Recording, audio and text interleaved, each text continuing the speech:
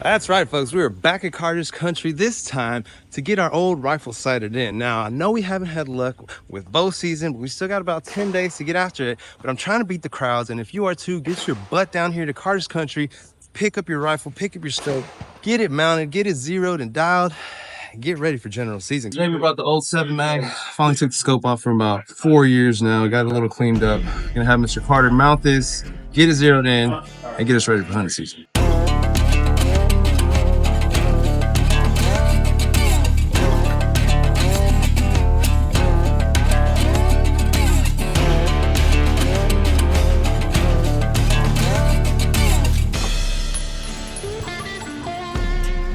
All right, Dustin, we're back, man. How's it going? Pretty good, pretty good. How you doing? Nice to see you again. Now, I got this old 7 mag. Okay, scope. Took it off last night to finally clean it. Okay. So I got to get it mounted and then decide it. Okay. Decided at 100 yard or 200? 100? Okay. So pretty simple. We'll get you checked in real quick. I'm going to need a little information from you. It'll take us about 30-45 minutes. I need 1 box of ammo, scope, mounting supplies. We have laces somewhere. We'll find those here in a second, and we'll take care of it from there.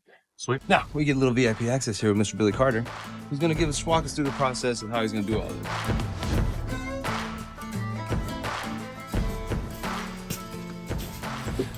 So, we've got this back room here where they do, as you guys can see, all sorts of mounting and sighted in for all sorts of firearms. But today, we've got my old 7 mag. Dragon Slayer, I like to call it, with this overpowered scope, probably. And I'm try to get it mounted, Billy. Thank you, sir, again, for having us. No problem. Okay, basically what we do, first thing we always do when we take a gun like this from anybody and bring it back to the back, we double check the firearm fully unloaded and safe. Okay.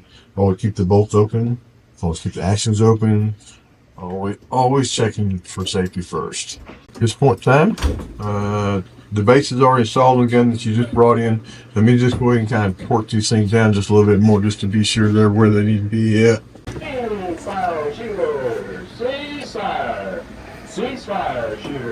Now this has got to be your 1000th mount. Way more. Yeah, sure. Yeah, we do quite. This little device to me have been around a long time. Yeah. So needless to say, folks, you're in good hands here at Carter's Country.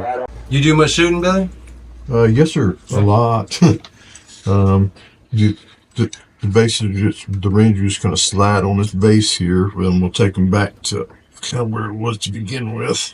Yes, sir. We've done quite a lot of shooting over the years, and this is kind of like I spend a lot of time back here in the back with customers' rifles and so forth. And we do a lot of personal shooting also. Do pretty much into a lot of extreme distance shooting, stuff like that. So. What is the furthest you ever shot? A little over 2 miles. Wow. Yeah. We were doing a lot of extreme distance shooting at that point. What were you shooting? A 375 Shy Attack. I haven't even heard of that one. Yeah, it's designed for a lot of military type applications.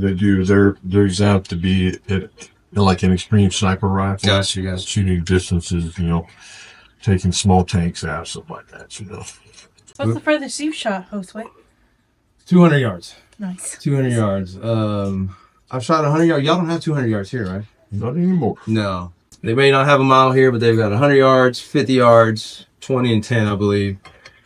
And a bunch of really nice trap and skeet fields. Okay, what we do at this point, we're kind of like, everybody asks the question, what's the distance, how do you mount the scope, where the eye relief is the most consistent? We use a general rule of thumb of 12 inches from the end of the scope to the end of the stock. That's for the standard 6-foot guy. We ran at 12 inches. What that will do is, it will keep you from dotting your eye, as they say, with the scope. Which I don't know if you've ever done that before or not, but that's not a very pleasant experience. I'm new to this. Like, I just got into this maybe 3 or 4 years ago. Yeah. Never grew up with firearms. My family never had them. Yeah. I was one of the first ones to get firearms. Right. All right. At this point in time in the game, we're just putting the top halves of the rings on. We kind of look at the gap, and I kind of like get them close to the eyeball feature. Okay, so we're looking at everything. Looks pretty good. Nothing is touching the actual base. Everything is clear up front, so everything's looking good. We got our distance end to end right. working through now would be the simple fact we'll just check the actual level of the scope itself. Of course, there's multiple different ways to do that. And there's, some conversation out there about, leveling the scope exactly to the bore and so forth, which is a good thing to do. There's nothing missing, but in a hunting type situation, you will never tell. You will never see, like if that scope crosshair is canted 2 or 3 degrees, it's not going to affect your shot. Right. It's only when you get into deep distance that really becomes a factor. Like 1,000 yards and plus. So, but like in hunting situations, you can basically mount that thing as an exercise there, and it will still do the job. Yeah. Your adjustment would be difficult, but it will still work for you. So at that point, let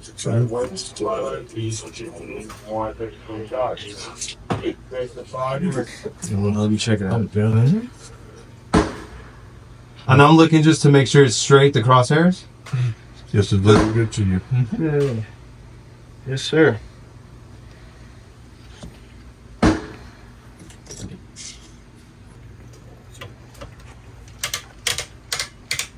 Yeah, it's 20 actually on those sides, and it's 40 on the bigger, ones. But 20 is what you're going to be using on most all your routes.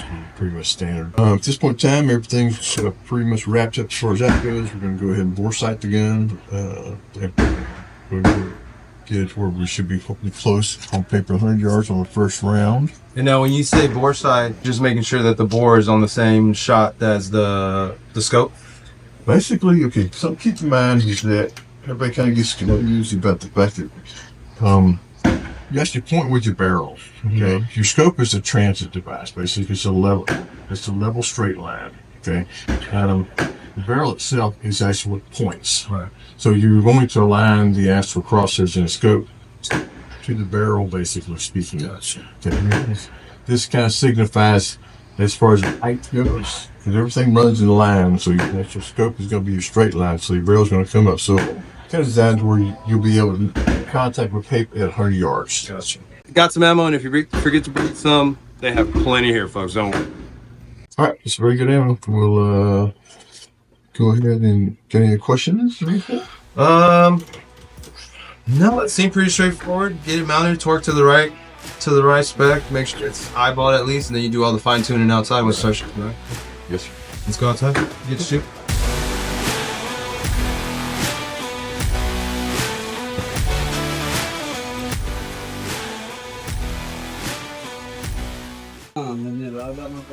All right, brother, we got it bore sighted. So now we're gonna take a couple shots at 100 and make some adjustments accordingly. Yeah, well, actually, we'll probably just verify at 50 just to be sure. Okay. And then that way we're not wasting any more of your ammo and time and so forth and so on. Makes sense. And, I think that's a mistake I made when I tried to do it. I started at 100, and I was just shooting everywhere. yeah, well, if you just kind of start slow, everything else, and then just if you get that gun, you'll shoot about an inch half low at 50, you'll be good to go at 100. We want as many variables out of this process as possible. Right. We're trying to ascertain what the gun itself is doing, as far as take the human element out of it as much as possible.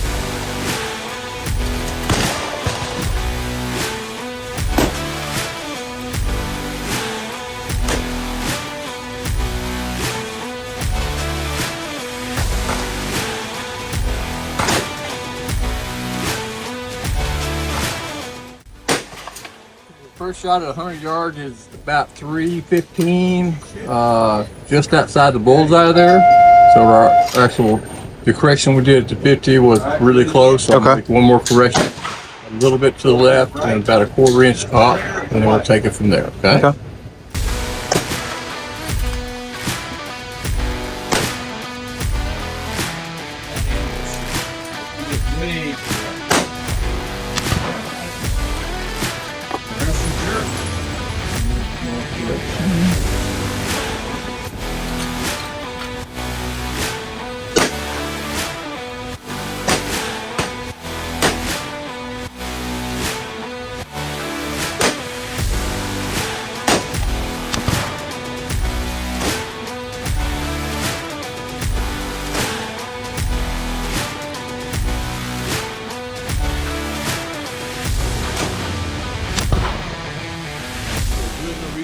to do anything past this point as far as adjustments or anything else. The thing that I would typically suggest to people is that getting away from all the bags and so forth, and then just try to mimic being in a deer stand when to be able to put like your forend on an after 2x4. Right. And so it kind of gets all the guesswork out there, and then really becomes as far as how much you can control it. A big part of actually hunting.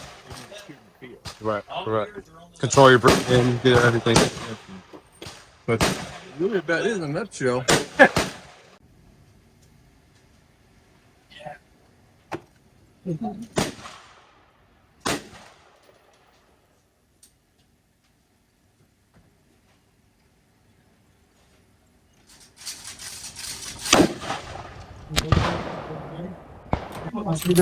Yeah. I was a little high and to the left, but it's the first shot I've taken in a year. That might have been me.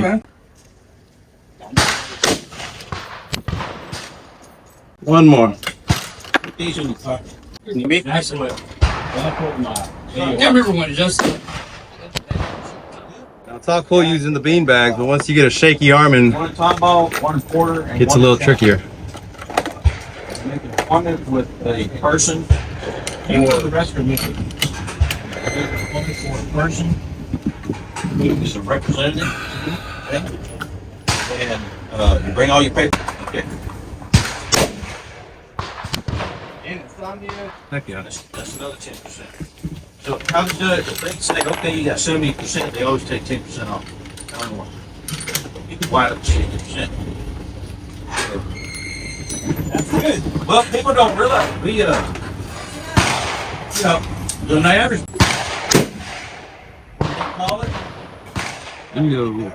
Not bad, not bad. Thank you, Billy Carter. You ready to go hunt?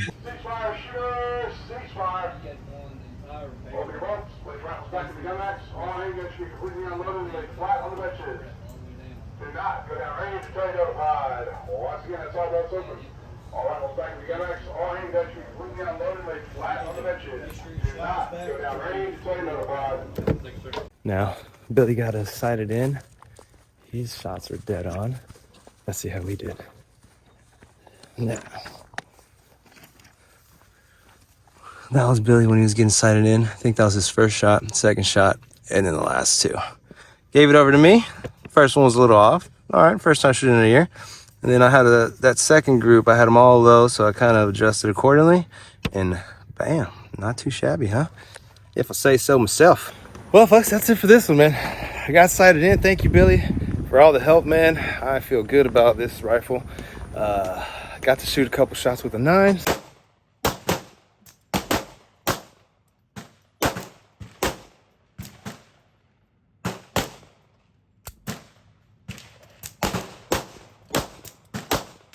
So we're good to go, man. Anything you guys need, beat the crowd. Get out here before hunting season. Get your rifle sighted in. Get your ammunition. Anything you need, come to Carter's Country. But that's it for me, folks. Don't forget to hit that subscribe button. Appreciate you guys watching. I can't wait to see you guys next time.